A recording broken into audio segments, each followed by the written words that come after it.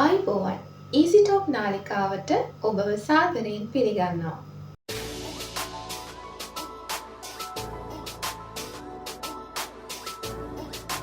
අද අපි කතා කරන්නේ ඒෆේසියා රෝගී තත්ත්වය ගැන.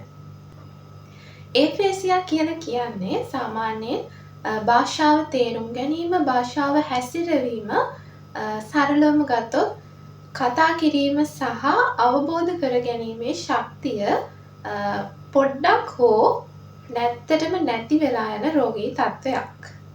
සාමාන්‍යයෙන් මේ ඒෆේසියා කියන රෝගී තත්ත්වය ඇති වෙන්නේ ස්ට්‍රෝක් එකක් ආවට පස්සේ. ඒ වගේම මොළයේ ආශ්‍රිත යම්කිසි ප්‍රශ්නයක්, මොළයේ ආශ්‍රිත තුවාලයක්, මොළයේ ආශ්‍රිත ගෙඩියක්, එහෙම නැත්නම් මොළයේ ආශ්‍රිත ඉන්ෆෙක්ෂන් තත්ත්වයක් වගේ නිසා මේ ඒෆේසියා කියන තත්ත්වය ඇති වෙන්න පුළුවන්. සාමාන්‍යයෙන් ස්නායු ආශ්‍රිත ආබාධ තත්ත්වයක් නිසා ඒෆේසියා කියන රෝගී තත්ත්වය ඇති වෙනවා.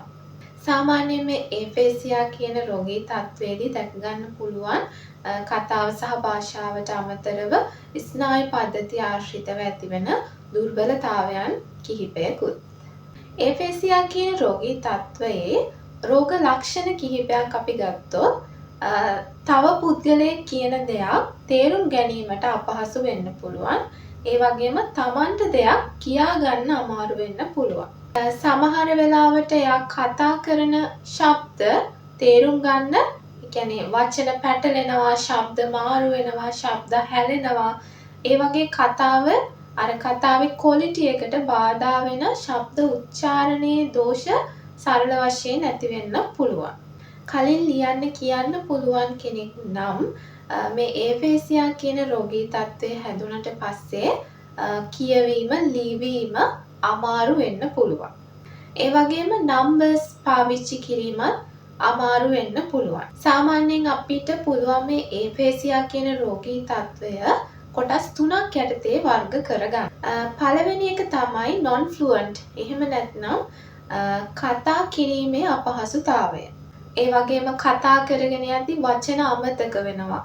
එයාට ඊළඟට එන වචනේ කියා ගන්න අමාරු වෙනවා. ඒ වගේම ලියන්න අමාරු වෙනවා. අපි කියන්නේ එක්ස්ප්‍රෙෂන් කරලා, ඒ කියන්නේ අපේ තියෙන අදහසක් කියා ගන්න, ලියලා හෝ කතාවෙන් හෝ සංඥාවලින් හෝ කියා ගන්න, උවමාරු කරගන්න තියෙන අපහසුතාවය තමයි පළවෙනි කාණ්ඩයට අයත් වෙන්නේ. එතකොට මේක එක්ස්ප්‍රෙෂන් පැත්තේ තියෙන රෝගයක් නිසා මම මේ කියන්නේ පළවෙනි වර්ගය ගැන. තේරුම් ගැනීම, කියවීම වගේ පැතිවලට බාධා වෙන්නේ නැහැ. එතකොට non fluent ඒෆේසියා තියෙන කෙනෙක්ගේ ප්‍රධාන වශයෙන්ම දකින්න පුළුවන් වෙන්නේ කියා ගන්න, එක්ස්ප්‍රස් කරගන්න තියෙන අමාරුව. එයාගේ අදහසක් කියලා හරි, ලියලා හරි, කතාවෙන් සංඥා භාෂාවෙන් හරි කොහොම හරි කියා ගන්න, ප්‍රකාශ කරගන්න තියෙන අමාරුව. හැබැයි තේරුම් ගන්න, තව කෙනෙක් කියන දෙයක් තේරුම් ගැනීමේ හැකියාව එයාට තියෙන්න පුළුවන්. ඒ වගේම කියවීමේ හැකියාව තියෙන්න පුළුවන්. නමුත් ලියා ගන්න බැරි වෙන්න පුළුවන්. ඒ තමයි non fluent aphasia කියලා අපි සරලව හඳුන්වන්නේ. ඊළඟට fluent aphasia. මෙතනදී fluent කියන එකෙන් අදහස් කරන්නේ කියා ගන්න පුළුවන්, තේරුම් ගන්න අමාරුයි. අපි කලින් කතා කරපු එකේ අනිත් පැත්ත. හැබැයි දැන් මේ කියා ගන්න පුළුවන් කිව්ව එකේ අපි දැන් මේ සාමාන්‍ය විදිහට කලින් කතා කරපු විදිහට එයාට භාෂාව හසුරව ගන්න බැරි වෙන්න පුළුවන්.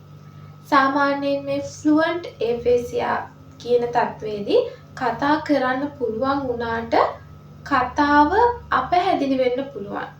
ඒක නිකන් අර තේරුමක් නැතුව ඔහේ කියාගෙන යනවා වගේ කතාවක් තමයි දැක ගන්න පුළුවන් වෙන්නේ. ඊළඟ කාණ්ඩය තමයි global aphasia. ඒ කියන්නේ තේරුම් ගන්න, ලියන්න, කියන්න, ඒ වගේ හැම ඒරියා එකක්ම ඇෆෙක්ට් වෙලා තියෙනවා. එතකොට මේ global aphasia කියන තත්ත්වයේදී හැම පැත්තක්ම, ඒ කියන්නේ භාෂාව තේරුම් ගන්නත් අමාරු වෙනවා, භාෂාව භාවිතා කරන්නත් අමාරු වෙනවා. අපි දැන් කතා කරමු මොනවද ට්‍රීට්මන්ට්ස් මේ ඒෆේසියා කියන රෝගී තත්ත්වයට. සාමාන්‍යයෙන් මේ ඒෆේසියා කියන රෝගී තත්ත්වයට ප්‍රතිකාර ලබා දීම ස්ට්‍රෝක් එකක් හරි බ්‍රේන් එකේ යම්කිසි ප්‍රශ්නයක් හරි ඇති වුණාට පස්සේ ඒෆේසියා තියෙනවයි කියලා තහවුරු කරගත්තට පස්සේ අනිවාර්යෙන්ම ඉමීඩියට්ලි පටන් ගන්න ඕනේ ට්‍රීට්මන්ට්ස් කරන්න. එතකොට මේ තත්ත්වය පුද්ගලයාගෙන් පුද්ගලයාට වෙනස්. ඒ වගේම බ්‍රේන් එකේ ඒ අදාළ ඇෆෙක්ට් වුණු ඒරියා එකට අනුව රෝග ලක්ෂණ වෙනස්. ඒ හින්දා ට්‍රීට්මන්ට් කරද්දී ඒෆේසියා තියෙන එක පුද්ගලයෙක්ට කරන ට්‍රීට්මන්ට් එක ඒෆේසියා තියෙන තවත් පුද්ගලයෙක්ට කරන ට්‍රීට්මන්ට් එකට හාත්පසින්ම වෙනස් වෙන්න පුළුවන්. සාමාන්‍යයෙන් කතන චිකිත්සාව ස්පීච් තෙරපි කරනවා ඒෆේසියා වලට භාෂාව එයාගේ නැති වුණු භාෂා හැකියාව නැවත හදා ගන්න. මම උදාහරණ කිහිපයක් කිව්වොත් ලියන්න කියවන්න උදව් කරනවා ස්පීච් තෙරපි වලින්. ඒ වගේම කතා කරන එක තේරුම් ගන්න, විධාන ෆලෝ කරන්න, මතක තියාගන්න මෙන්න මේ වගේ එක්සර්සයිසස් කිහිපයක්ම ඒෆේසියා තියෙන රෝගියෙක්ට ස්පීච් තෙරපි වලින් කරනවා. ඒ වගේම මේ ඒෆේසියා තියෙන රෝගියෙක්ට තවත් රෝග ලක්ෂණ ශරීරයේ අභ්‍යන්තරව හෝ ෆිසිකලි රෝග ලක්ෂණ කතාව සහ භාෂාවට අමතරව තවත් රෝග ලක්ෂණ තියෙන නිසා අනිවාර්යෙන්ම පවුලේ කෙනෙක් මේ ස්පීච් තෙරපි වලට එන්න ඕනේ. එහෙම නැත්නම් ගොඩක් වෙලාවට මේ ඒෆේසියා තියෙන කෙනෙක් නම් ස්පීච් තෙරපිස්ට් හෝම් විසිට් තමයි කරන්නේ. ගෙදරට ගිහිල්ලා තමයි තෙරපි කරන්නේ. එයාට ඇවිදින්න යන්න එන්න පුළුවන් නම් තෙරපි ක්ලිනික් වලට අරගෙන යනවා. එහෙම නැත්නම් සමහර පේෂන්ට්ස්ලා ඉන්නවා ඇඳේ ඉන්න. එතකොට ඒගොල්ලන්ට හෝම් විසිට් කරලා ස්පීච් තෙරපි ලබා දෙනවා. ඒ වගේම මේ ස්පීච් තෙරපි ලබා දෙනකොට අර ස්ට්‍රෝක් එක ආපු ඒරියා එක බ්‍රේන් එකේ ඊට පස්සේ පේෂන්ට්ස්ගේ වයස සෞඛ්‍ය තත්ත්වය ඒ වගේම ෆැමිලි සපෝට් එක මේ වගේ ගොඩාක් දේවල් මත ස්පීච් තෙරපි සෙෂන් සංඛ්‍යාව වෙනස් වෙන්න පුළුවන්. සමහර ඒෆේසියා තියෙන කෙනෙක්ට ස්පීච් තෙරපි සෙෂන්ස් කිහිපයකින්ම සුවය ලැබෙන්න පුළුවන් වුණාට සමහර ග්ලෝබල් වගේ ඒෆේසියා තියෙන කෙනෙක්ට ටික කාලයක් ස්පීච් තෙරපි දිගටම කරන්න වෙනවා. ඒ වගේම සමහර පේෂන්ට්ස්ලා ඉන්නවා ස්ට්‍රෝක් එක ආපු ගමන්ම එයා කන්ෆියුස් වෙලා වගේ අර ටිකක් සිහි මද ගතියෙන් වගේ එහෙම ඉන්නකොට ස්පීච් තෙරපි හරියන්නේ නැති පේෂන්ට්ස්ලා. එහෙම වුණාම රිකවර් වෙන්න පොඩි කාලයක් දීලා තමයි ස්පීච් තෙරපිස්ට් කතන සහ භාෂා ගෝල්ස් පටන් ගන්නෙ. ඒෆේසියා කියන තත්ත්වය සාමාන්‍යයෙන් බොහෝ දුරට වැඩිහිටියෝ අතර තමයි දකින්න ලැබෙන්නේ කුඩා දරුවන්ට වඩා.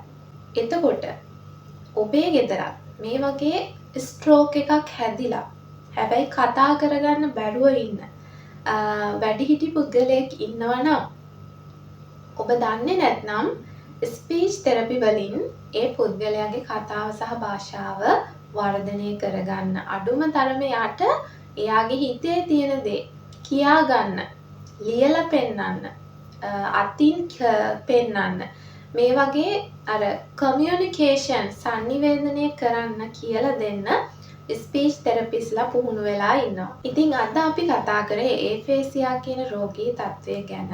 ඔයාට මේ රෝගී තත්ත්වය අලුත් වෙන්න පුළුවන්. ඔයා මේ ගැන දැනටමත් දැනුවත් වෙන්න පුළුවන්.